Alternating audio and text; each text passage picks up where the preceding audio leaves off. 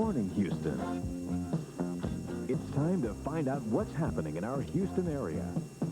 Don Nelson and Jan Glenn have news and information important to you and your family. Doug Brown's weather will help you plan your day. Now, good morning, Houston. You have a 1.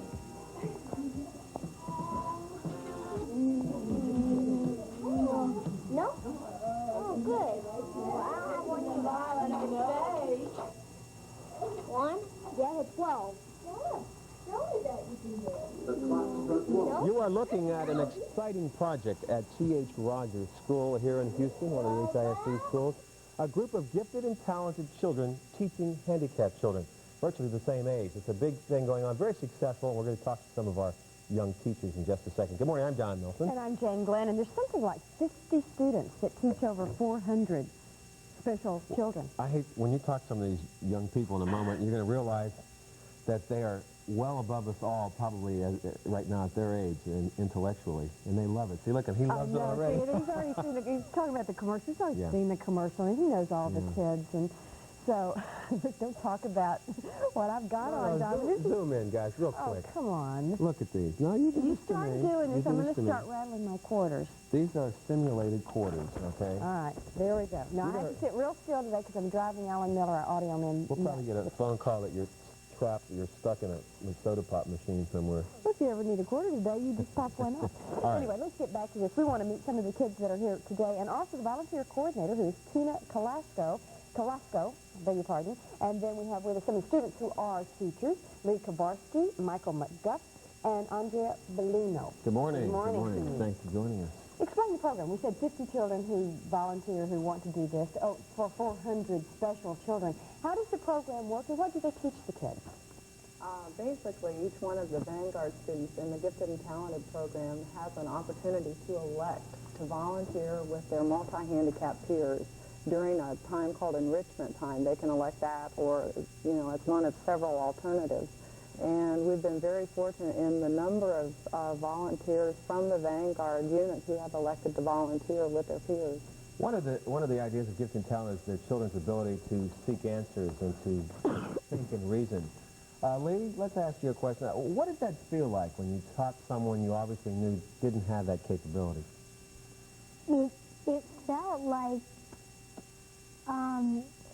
when they didn't have that capability, it just felt, when I first tried it, I thought these were really weird, and as the year went on last year, when I started volunteering, I learned that these are really, a lot of them are real bright kids. They just don't have means of communication or means to communicate. Express themselves? Yeah. Did it give you more respect for your teachers when you realized how hard it is sometimes to teach, Michael? It did, because when we went in there, it was hard to keep our patience, and then when we finally learned to get our patience, it really helped them. And we really should think of what they can do than what they can't do. Andrea, do you have some favorites? Do you have some special students that you really like to work with? Not really. They're all, they're all sweet and everything. And, just, you can, see, they're nice, and they try real hard, but it's hard for them because they can't hear and they can't talk. And, well, now, wait a minute. If they can't hear and they can't talk, how do you communicate with them and how do you teach them? through the sign language and through, like, when you write things down for them. Because I work with deaf children. Tina, these are all deaf children, correct? No, not all of them are deaf. We have a unit of profoundly and severely deaf children and a unit of multi-handicapped hearing and deaf. What about the training? That's what I want to, because these young people are dealing with a very sophisticated situation that requires, I would assume, a great deal of intelligence and training. So how are they interacting and who's helping them? A lot of it isn't formal training, although these kids are all exposed to sign language, because Rogers is what they call a total communication school, in that every child is given every opportunity to communicate by whatever means that they can master. And although sign language helps, for instance, in Andrea's class in communicating with deaf kids, A lot of it is just spending the time and patience to work with the kids on an individual basis. Helping them to move, for instance, doesn't require a lot of communicating. It's just showing them how to walk, spending time with them, motivating them. This isn't something somebody learns. They just feel that from the heart, and that's how these kids help. What are some of the things that you teach them? What are some of the classes? Last year, there's this boy called Brian Brown. He was one of my favorites last year. He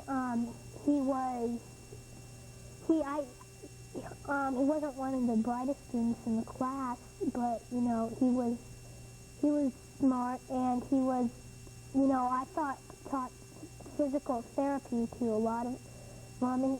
You know, you would work on throwing the balls into hoops, and, you know, basic things that you would find easy. You wouldn't teach things like math, and you didn't, it was mainly physical things that you did, that you taught them? And this year I have something called they do something called the morning exercise, and they, you know, they go through all this process of brushing hands, brushing teeth, and washing your hands, and then they have morning exercises, and they have to look at each other and just make sure everybody's present. Michael, you mentioned patience. Having been a teacher now, does this make you more sympathetic about the people that teach you? Yeah, it really does, because our teachers have to go through a lot with all of us. What, Lee? I'm sorry, cracking up. You can crack up. Good. Yeah. You're on TV, you can do anything like that if you want to. Do you have a favorite thing you like to do? I mean, each and every one of you has a special area I'm sure that you excel in. What's your most favorite thing you like, Andrew? Well, the favorite thing I have is to read. To read? Like, sometimes when I'm supposed to be doing my homework, I shut the door and I begin to read. What about you, Michael? Oh, I just like to do all kinds of stuff. Ride my bike, watch television, read.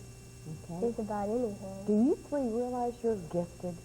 That you are a little bit smarter than some of us? Well, a little bit. Well, sometimes we do, but usually we just, you know, don't think anything about it. Usually we see the normal stuff that we do. Yeah, the normal things to solve a few problems. I want to get this in, Tina. We promise. You have a big fun thing coming up, a golf tournament? Right. On Monday, we have a golf tournament that will benefit the Be an Angel Fund at T.H. Rogers School, which tries to provide kids with adaptive communication equipment, electric wheelchairs, and things that the district cannot provide. It's going to be at Willow Country Club on Monday, and tee time is 12:30, and we're looking for golfers, and we'd welcome anybody who'd like to participate. Randy Lewis, the golf pro out there, called me yesterday, and he said, you know the number, Jan, it's 437-8210. Be sure and get that plugged in. I think we have it up on the screen. 437-8210 if people would like to participate in that. Wonderful. What was that number again? I'm sorry, I didn't get that number. It was 434. Here, let's just wait. Can you read that for me, Lee? That's the telephone number. But like an announcer, though. Like an announcer. Okay, just look up on the screen. 437-8210. That's our backstage announcer. Thank you so much. Also, Bob Woodrow will be doing more on the story, coming up and live at 5. So he's been out this school. And can't talk to you. We'll bring you back, Lee, and you talk about math later. Thanks for joining us anyway. Okay. Got out of school today. No, we didn't. We have to go back. We have to make up. You need an agent. That's what you need, an agent to work on this sort of thing. Thank you, Andrea, for joining us. It wasn't that bad after all, was it? No. See, part of the reason they picked me, I was rarely ever soft-spoken. Oh, I see.